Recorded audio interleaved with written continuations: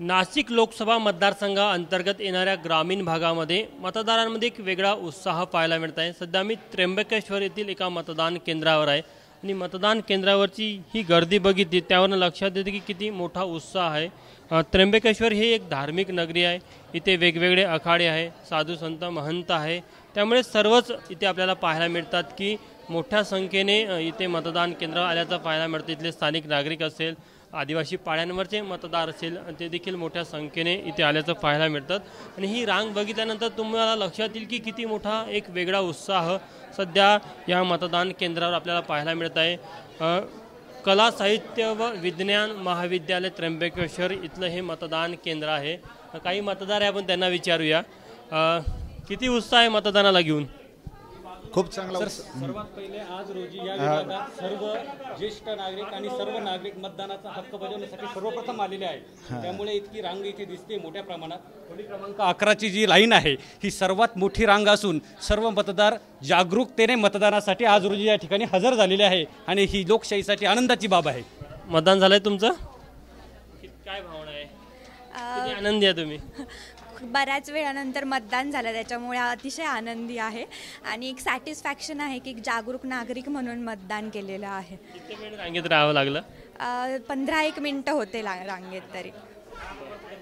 बरं, आपण बघू शकतो तुम्ही जर का या बाजूला बघितलं ना तर या बाजूला देखील मोठ्या संख्येने मतदारांच्या रांगा आपल्याला पाहायला मिळत आहे आणि एक वेगळा उत्साह सध्या त्र्यंबकेश्वरमध्ये इथे मतदारांमध्ये पाहायला मिळत आहे। दोन मतदान केंद्र आहे, मतदान केंद्र क्रमांक 10 आणि मतदान केंद्र क्रमांक 11 या दोन वेगवेगळ्या खोल्या आहे आणि या ठिकाणी ज्या प्रकारे हा एक वेगळा उत्साह आहे। छोट्या मुलांना घेऊन काही मतदार आले आहे जेणेकरून त्यांना देखील मतदान प्रक्रिया किंवा मतदानाचा हक्क कसा असतो हे कळायला हवं। 1 मिनिट, मतदान झालं तुमचं?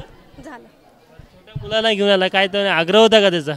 घरी कोणी घ्यायला नाही ना, मग घेऊन आले असं। त्याला कळतं की मतदान पण कसं असतं आणि सोबत पण आला। हां ठीक आहे। पोलिसांचा बंदोबस्त देखील आपल्याला पाहायला मिळत आहे। खरं तर एक वेगळा उत्साह आहे। तरुण मतदार आपण त्यांना विचारूया, पहिल्यांदा मतदान करत आहे? हो। किती उत्साह आहे फर्स्ट वोटर म्हणून? पहिल्यांदा मतदान करता किती उत्साह आहे? भरपूर आहे ना, कधी केलं नाही, अनुभवच नाही मध्ये करायचं कसं नाही अनुभव। पहिलं काय डोक्यामध्ये आज मतदान करायच्या वेळेस कशाच्या आधारावर मतदान करणार आहेत? करणार असंच मदत म्हणून थोडीफार।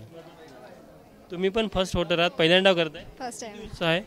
Too much, I can't explain. काय डोक्यामध्ये विचार आहे मतदान करण्यासाठी जेव्हा आले तुम्ही तेव्हा? तरी आयडिया नाही आहे फार वोटिंग बद्दल मला काही, बट स्टिल एक्साइटेड तर आहे। खरं तर नाशिक ही साधू संतांची नगरी म्हणून ओळखली जाते। वेगवेगळे आखाडे आहे इथे। एक महाराज आपल्यासोबत, काय नाव आपलं? मी निलेश मधुकर शिखरे। निलेशजी, किती उत्साह आहे मतदारांमध्ये आणि साधू वर्गामध्ये, साधू संत परिवारांमध्ये? उत्साह चांगला आहे, देशासाठीच योगदान आहे गुरुजी हे सगळं। धर्म रक्षती रक्षिता हा काय, त्यामुळे सगळं आणि धार्मिक नगरी आहेत आणि विशेष उत्साह आहेत। सकाळी उन्हामुळे सगळी धावपळ आहेत, लोक तरी गृहिणी आमचे सगळे काम धंदा काहीतरी विषय लांबच लांब रांगा पाहायला मिळतात, त्यावर उत्साह अधिक दिसत अजून थोडंसं उन्हामुळे थोडी गर्दी आहेत, थोडं 12 वाजेपर्यंत राहील, त्यानंतर दुपारी 2 नंतर सगळं चाल। हरिओम, धन्यवाद। आपण बघू शकतो की सामान्य मतदार असेल, साधू संत असेल, आदिवासी मतदार असेल, या सर्वांमध्ये एक वेगळा उत्साह पाहायला मिळत आहे। काही फर्स्ट टाईम व्होटर आहे त्यांच्यामध्ये देखील एक वेगळा उत्साह आहे। तर निश्चितच आज महाराष्ट्रामध्ये मतदानाचा हा 5वा आणि शेवटला टप्पा आहे। शेवटच्या टप्प्यामध्ये 13 लोकसभा मतदारसंघामध्ये आज मतदान होत आहे आणि या 13ही लोकसभा मतदारसंघामध्ये नाशिक लोकसभा मतदारसंघात हे चित्र बघितलं तर लक्षात येतं की कशाप्रकारे एक वेगळा उत्साह मतदारांमध्ये पाहायला मिळत आहे। कॅमेरामॅन अमोल देशमुखसह तुषार कोहळे, ABP माझा, नाशिक। ABP माझा, उघडा डोळे बघा नीट।